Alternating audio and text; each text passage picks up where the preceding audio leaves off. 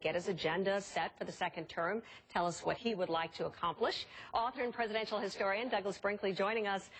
Douglas, good to see you. Of course, we'll all be watching closely tonight what the president says. Inauguration Day, his speech, he focused a lot on social issues. He talked about immigration, gun control, gay rights as real priorities for the second term. I know that he's going to talk about the state of the economy tonight. How much control does he really have on the recovery? Well, look, I mean, you're exactly right. This is going to be the bookend to the inaugural speech. And as you mentioned, the inaugural was all about social justice. And it framed Barack Obama in kind of terms of being behind the women's rights movement, gay rights, civil rights.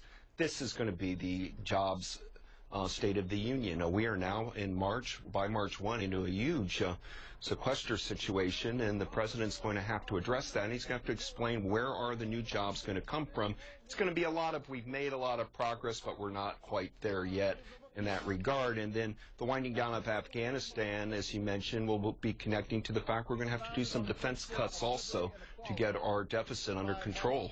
The sequester situation, just want to tell our viewers, remind them just those huge automatic cuts that would take effect, including the military, if there's not some sort of deal that's worked out with the deficit in the budget, of course. Douglas, explain to us tonight what kind of tone, what are you going to be watching for, the tone, the body language, maybe even the olive branch that he throws out to the Republicans in terms of, what the real message is going to be? Well, since the television started covering the State of the Union since Harry Truman, these have become now spectacles. It's grand theater. We're looking at the atmospherics. And a lot of the gun control issue will be brought in tonight. There's already reports of Gabby Giffords being there and Ted Nugent being in the audience, and the camera pans. Keep in mind, when Jefferson did a State of the Union, he would write it and wouldn't even deliver it. FDR's the one who started the tradition of really delivering it. But now you're going to find with TV that Barack Obama's talking to you, the viewer, not really to his colleagues in Washington. Do you think he'll actually offer an olive branch to the Republicans? The Republicans are going to be sitting on their hands most of the night. You'll hear them applaud loudly when the troops are evoked, and then they're going to be waiting for Marco Rubio to make his response, and that also gets highly watched. Rubio's on the cover of Time magazine as a new hope for the GOP. Bobby Jindal had an opportunity to respond to Obama and blew it a couple years ago, so a lot of people will be looking to see how Rubio does tonight.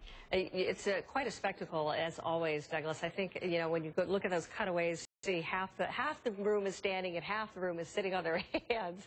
Kind of a strange situation. Have you ever seen it where you have this many representatives who represent a cultural issue like gun control, like Gabby Giffords? I know that the parents of the young Chicago girl who was slain is a guest of the First Lady. And then, of course, you have the gun rights guys, Nugent included. Have you ever seen anything like that play out in this kind of State of the Union audience before, to this extent?